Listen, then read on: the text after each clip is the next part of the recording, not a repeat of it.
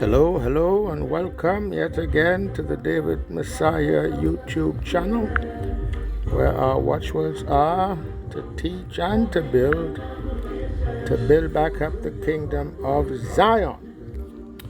And the title of this talk is Two More Signs of the David Messiah. Two more signs of the David Messiah.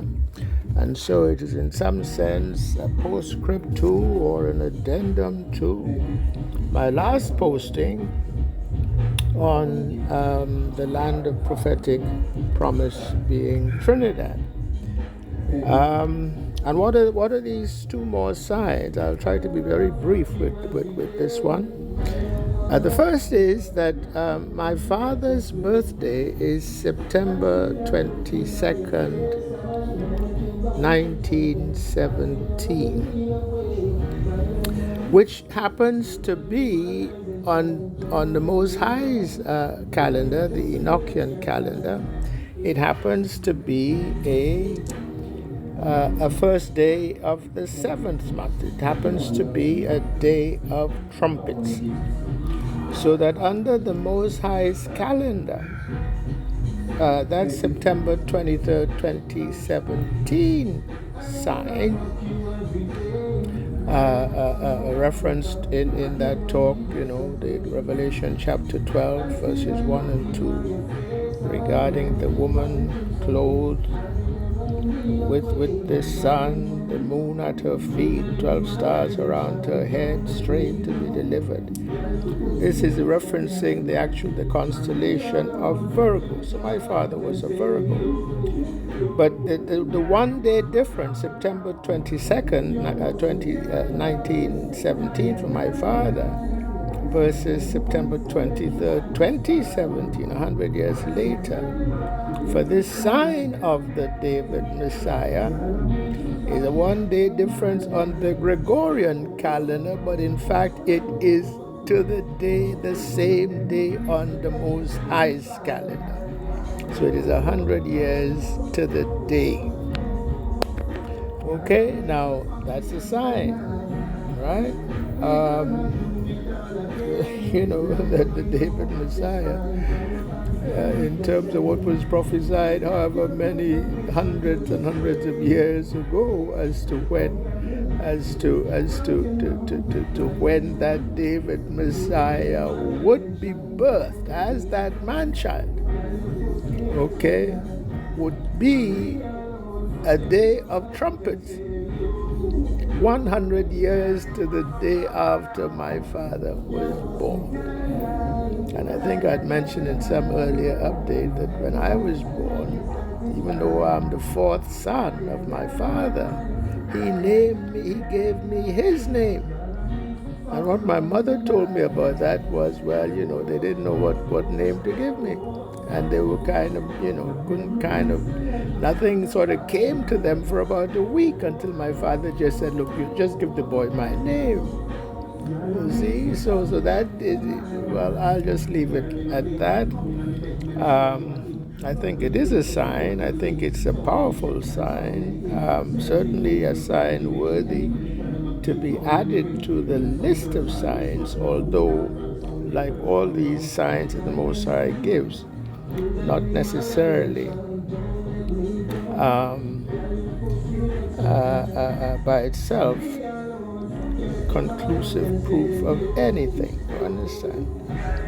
Just as with DNA analysis, no one matching marker is going to prove the guilt of the suspect.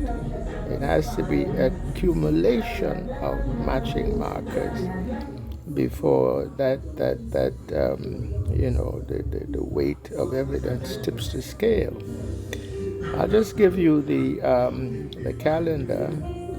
1917 to get the year that matches in terms of how the calendar falls by day and week. It would be 2029. because we have to look at 28-year cycles. So we're looking at 1917, and if we add 3 cycles of 28, because the perpetual calendar I've given here in the annex to the book, The Coming of David Messiah, is a 28-year cycle that repeats.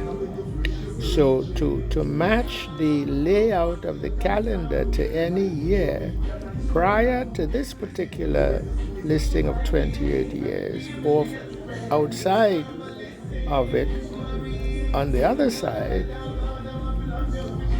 you keep adding 28 years or subtracting, as the case might be, 28 years at a time, until you get a year that falls within this particular 28-year cycle that is given as this annex. So for the case of 1917, we essentially have to add 2 28-year cycles is 56. Add another 2 more cycles, so 56 plus 56 is 112. So we add 112 to 1917, which is 2029.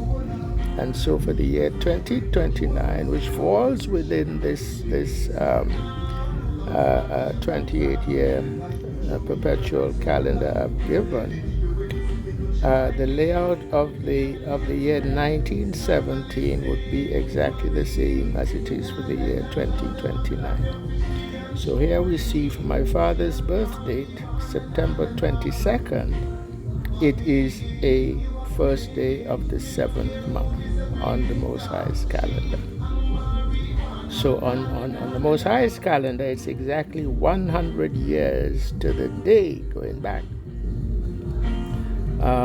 that the David Messiah would have been birthed as that man-child in accordance with the prophecy of Revelation chapter 12. Okay, that's the first one.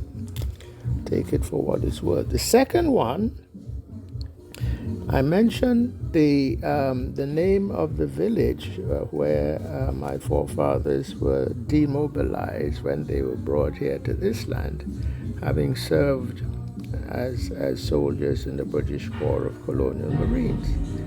Well, I should have mentioned that ancestor of mine who was demobilized there in the village of Moruga, his name was David. He was Private David Thomas. Okay, and I am the 7th generation from that Private David Thomas. And why is that significant? Because his name was David. And we are talking about signs of the David Messiah. I told you the Most High gives signs in abundance. Okay? Very few of them some can be conclusive. I mentioned in the logic of signs, especially when the sign is what's called an overt sign that you ask for, and then he gives you, like the case of King Ahaz and the shadow of the sundial, being made to go back 10 degrees. After you ask for that sign and then you are shown that sign, well, that's conclusive. You don't need to do anything more. You understand? Okay. So 7 years, of course, the number of completion. Okay, so that clearly the Most High that set this up a long time ago. Most High knew what he was doing, and so to kind of sign this whole series of events, he set it up so that I would come as the 7th generation from David, demobilized in Moruga, that particular village, which in itself is, has that meaning of the people of the watched over king, okay, which is the same meaning as Trinidad in its sort of primordial meaning, using the Hebrew consonantal meanings, okay, TRNDD, at the end, the king, the son of David, okay, and then Ere, which was the name used by the original Hebrew inhabitants of this land, which is that sort of Jireh, Jehovah Jireh kind of meaning, Ere, meaning essentially the king. He is king. So implicitly, the land from which He would provide is king in the latter day. Okay, so in that sense, the land of providence. And then, of course, He brought me back to this land, and He brought me to this village called Grand Riviere. So in the middle of the Riviere part of the name of this village is I-E-R-E again, the Ere. Right, so those are 4 signs right there that I have already sort of given in the previous upload. And then the prophetic signs, when I asked specifically as to what was the prophetic significance of Trinidad in this matter of the David Messiah, and guided to the book of Nahum, chapter 1 in general, and verse 15 in particular. And where we find then in verse 15 being referred back to the book of Isaiah, chapter 52, verse 7, how beautiful upon the mountains the feet of Him, and etc. So that was directly answering the question. It is from this land that David Messiah would be raised up, because Isaiah 52 and 53, known as the chapters pertaining to the suffering servant, also pertain to the David Messiah and the signs of the David Messiah. And from those 2 chapters, there are a whole host of signs, individually and also collectively. And then I made a sort of a slip of the tongue error in referencing a verse 37, but that was referencing the book of Susanna.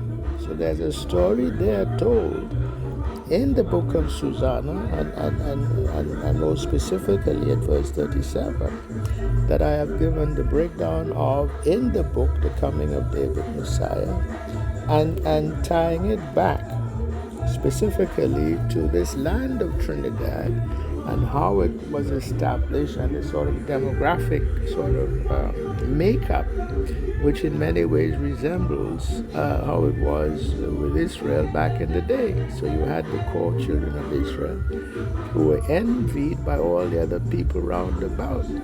Psalms 83 sort of confederacy. Well, Trinidad is a sort of microcosm of that. It's a highly multi-ethnic kind of a society.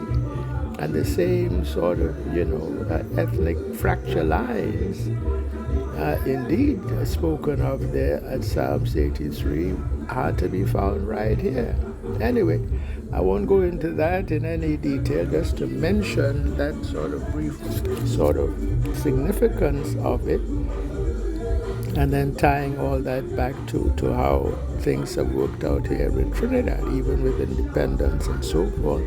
The Negro here is essentially still at the bottom of the society, even though we've had Negro government for most of the post-independence period, right? So it's a similar thing there actually in South Africa, where we went into independence with this idea that here every creed and race finds an equal place, but with no provision to undo the injustice that was done at the founding of this colonial society, which ensured that the Negro would be landless and therefore locked into a sort of a cycle of poverty without being very much able to rise up out of that. You understand? So that is the point of this little addendum. I will not take it any further, let it rest there. As I said, it's just 2 more signs, the sort of listing of what was given before, and with these 2 new more signs, they add up to 8 signs altogether. And these come to be compounded with all the other signs of the David Messiah that have been given in earlier uploads, all those pertaining, for example, to Isaiah chapters 52 and 53. Okay, so I haven't been, well, I did give in one upload a count of 10 signs in that upload on DNA analysis and the coming of David Messiah.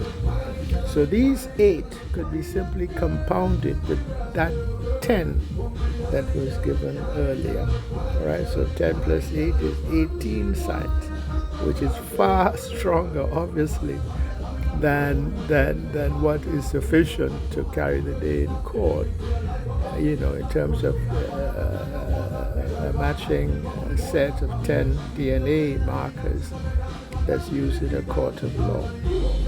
Oh, and by the way, in terms of signs for the David Messiah, the sign specifically about September 23rd, 2017 is a much more powerful sign than the sort of 1 in 10 frequency for any individual sign that is used when DNA analysis is involved. Right? So consider all of that and add it to your sort of cogitation, to use a very big word, on this matter as to, okay, is this fellow the David Messiah or not, using the logic that the Most High has given us to use, which is the logic of science. All right, so with that, I give all praise, I give all glory, I give all thanks, I give all exaltation unto the Most High, Yahweh. And I thank you all for listening, and to those who are still listening, shalom.